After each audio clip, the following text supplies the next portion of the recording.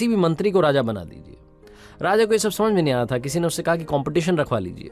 ये सुझाव उसे थोड़ा ठीक लगा तो उसने कहा कि काम करते हैं, किसी भी तरीके की कोई कंपटीशन नहीं होगी, सिंपल इंटरव्यू होगा, जो भी आएगा मुझसे बात करेगा और मैं बात करके पहचान लूंगा कि क्या वो अगला राजा बनने के लायक है या नहीं है।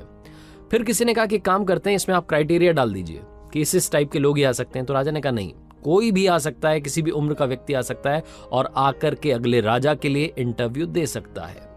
अब ये जो साक्षात्कार वाली बात थी ये फैली पूरे राज्य में, धीरे धीरे लोगों को मालूम चला, गांव में पहुंची, कस्बों में पहुंची, शहरों में पहुंची, तो सब तरह के लोग वहां पहुंचने लगे राजमहल में। एक छोटा सा गांव था, वहां एक लड़का किसानी करता था, खेती करता था। उसे जब ये बात मालूम चली तो उसने अपने फादर को बोला कि मुझे भी जाकर के एक बार इंटरव्यू देना है। तो उसके फादर ने कहा कि देख लो, मुझे नहीं लगता कि कुछ हो पाएगा। तो उस लड़के ने कहा एक बार कोशिश करता हूँ। लड़के के घर वालों ने उसको हाँ कह दी। अब वो तैयार था अगले दिन इंटरव्यू पर जाने के लिए, लेकिन सवाल ये था कि उसके पास में ढंग के कपड़े नहीं थे। अब जब ढंग के कपड़े नहीं थे तो उसको अंदर से वो घिन आने लगी कि कैसे मैं इंटरव्यू दूंगा, पता नहीं, मतलब राजा को जब वो पहली बार मुझे देखेंगे उसके बाद ही उनका इंप्रेशन क्या होगा, वो जम नहीं पाएगा मामला। उसने अपने फादर से कहा कि क्या कुछ पैसे मिल पाएंगे, घर में ज्यादा पैसे भी नहीं थे। जैसे तैसे उसने उधारी करके कहीं से भी जुगाड़ करके एक अच्छा सा जैकेट बनवाया। पुराने से कपड़े थे, फटी सी शर्ट थी, पुरानी सी पैंट थी, उसके ऊपर वो अच्छा सा जैकेट डाला और इंटरव्यू देने के लिए वो जो नगर था जहां पर उनकी राजधानी थी, राजमहल था, वहां निकल पड़ा। रास्ते में जाते आते सोच रहा था कि क्या सवाल पूछे जा सकते हैं, किस किस के मुझे जवाब देने होंगे। बहुत सारी अंदर, जो कि हर इंसान के साथ होता है, जब भी हम इंटरव्यू के लिए जाते हैं बहुत कुछ माइंड में चल रहा होता है।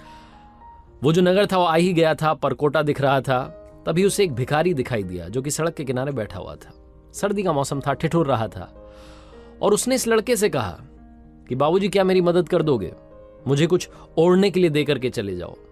इस लड़के के पास में कुछ भी नहीं था, ना पैसे थे, थोड़ा बहुत राशन लेकर के आया था खाने पीने के लिए। इसको लगा कि ये तो खाने पीने से तो काम चल नहीं पाएगा, इसको तो कपड़ा ही चाहिए।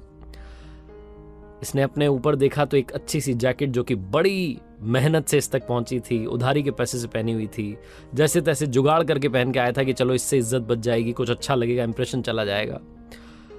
इसके मन ने कहा कि यही उतार करके दे दो। लड़के ने यही जो जैकेट थी उतार करके उस भिखारी को दे दी। उसके बाद में वापस चल पड़ा आगे। उस नगर में पहुंचा, राजधानी में पहुंचा जहां पर कि राजमहल था। वहां गया, जो राजा के सैनिक थे उन्होंने रास्ता बताया कि यहाँ सराय में जाकर के रुक जाइए। 2-3 घंटे वहां आराम किया। उसके बाद में इसका इंटरव्यू का टाइम आया। बाल बाल बना करके, वही पुराने से कपड़े थे, गंदे कपड़े। मन ही मन सोच रहा था कि पता नहीं क्या होगा, अब तो वो जैकेट भी चली गई है, सब कुछ खत्म होने वाला है, सब बिगड़ गया है। लेकिन कोई बात नहीं, अब यहाँ तक आ गया हूँ, पापा पूछेंगे कि क्या करके आया, तो एक बार कम से कम ये तो बताऊंगा कि राजा साहब से मिल करके आया। तो राजा के कक्ष में पहुंचा, वहां राजा नहीं था। थोड़ी देर के बाद में राजा आया और जैसे ही राजा आया, ये लड़का जो था इसके पैरों के नीचे से जमीन खिसक गई। इसे समझ नहीं आया कि ये क्या हो गया है। वो जो राजा था वो वही भिखारी था जो कि थोड़ी देर पहले मिला था रास्ते में और जिसने इसका वो जो अनमोल जैकेट था वो ले लिया था। वो एक अच्छा सा कपड़ा जो पहन के आया था वो भी उसने ले लिया था। अब इससे बोला नहीं जा रहा था, समझ नहीं पा रहा था कि क्या रिएक्शन दूं। तो इसने बस ऐसे इशारों में पूछा कि क्या आप वही हैं जो मिले थे। तो राजा ने कहा कि हाँ, मैं वही भिखारी हूं जो थोड़ी देर पहले तुम्हें मिला था।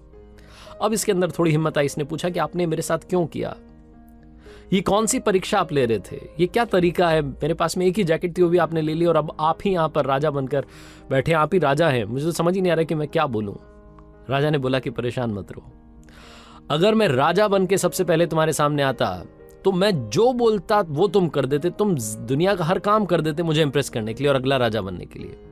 लेकिन मैं तुम्हारे सामने सबसे पहले भिखारी बन के आया और मैं तुम्हारे असली चरित्र को, असली कैरेक्टर को जानना चाहता था कि अंदर से तुम कैसे हो। सर्दी का मौसम है, ठिठुर रहा था वहां भिखारी बन के, तुम्हारे पास सिर्फ एक जैकेट था। मुझे नहीं लगता कि तुम्हारे पास ज्यादा कपड़े भी होंगे घर पर, बड़ी मुश्किल से तुम शायद ये लेकर के आए होंगे। सबसे पहले तो ये जैकेट अपना वापस लो और अब से तुम इस राज्य के अगले राजा हो।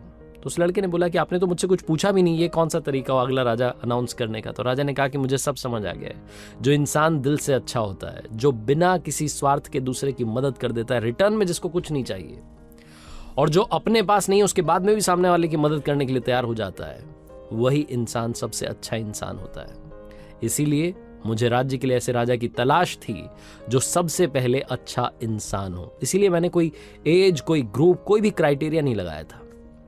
छोटी सी कहानी है, बहुत बड़ी बात सिखाती है। जिंदगी में हम सब चाहते हैं कि सब लोग हमसे प्यार करें, सब हमें चाहें, हमारे बारे में काफी लोग जानें, लेकिन सबसे इंपॉर्टेंट चीज है कि क्या आप सबसे प्यार करने के लिए तैयार हैं, क्या आप सबकी मदद करने के लिए तैयार हैं। बहुत ही खूबसूरत सा मैसेज ये कहानी देती है। जिंदगी में सबसे पहले बनना है तो अच्छा इंसान बनो। और मैंने कई बार अपनी कहानियों में कहा है कि पैसे तो हम कमाते रहते हैं, जिस दिन दुआएं कमाने लगेंगे शायद उस दिन चमत्कार होने लगेगा। और वो जो कहते हैं ना कि 1% जो है वो बस 1% से रह गए, वो 1% वाली जो कमी है वो दूर हो जाएगी और शायद आप मंजिल के पास पहुंच करके वहां पहुंच भी जाओगे और झंडा बुलंद कर दोगे। आरजे कार्तिक हमेशा आपसे कहता है, कर दिखाओ कुछ ऐसा कि दुनिया करना चाहे।